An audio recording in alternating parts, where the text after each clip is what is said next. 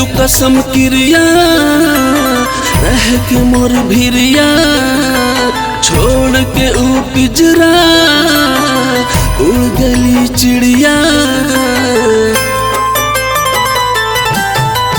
खैलू कसम क्रिया रह के मोर भिरिया छोड़ के ऊ पिजरा उड़ गली चिड़िया।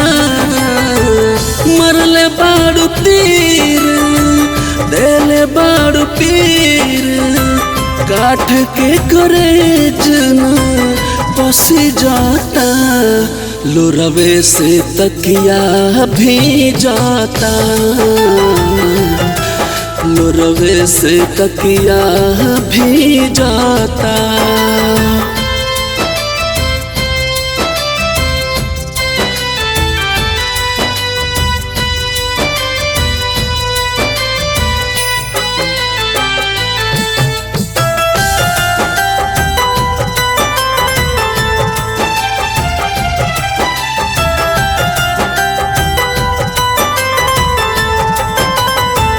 झूठों के पार गई प्यार के झमेल में मन कर मोर जाए कट के हम रेल में।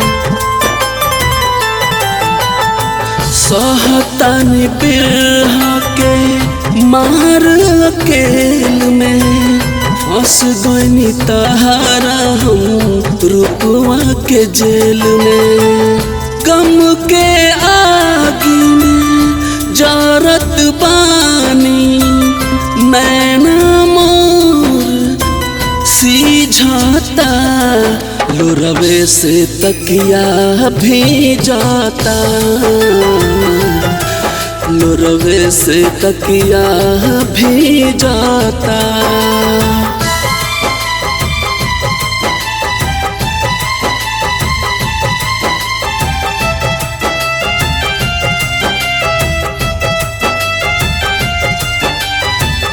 खत जला दिया चिता के मोर आग में पूछे भगवान से जाके रहलू ना का भाग में।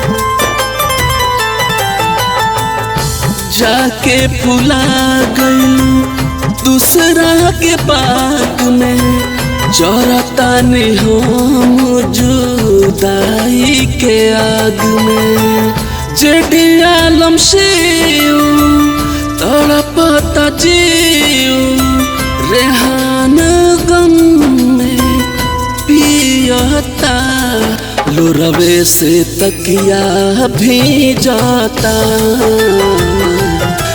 लोरवे से तकिया भी जाता।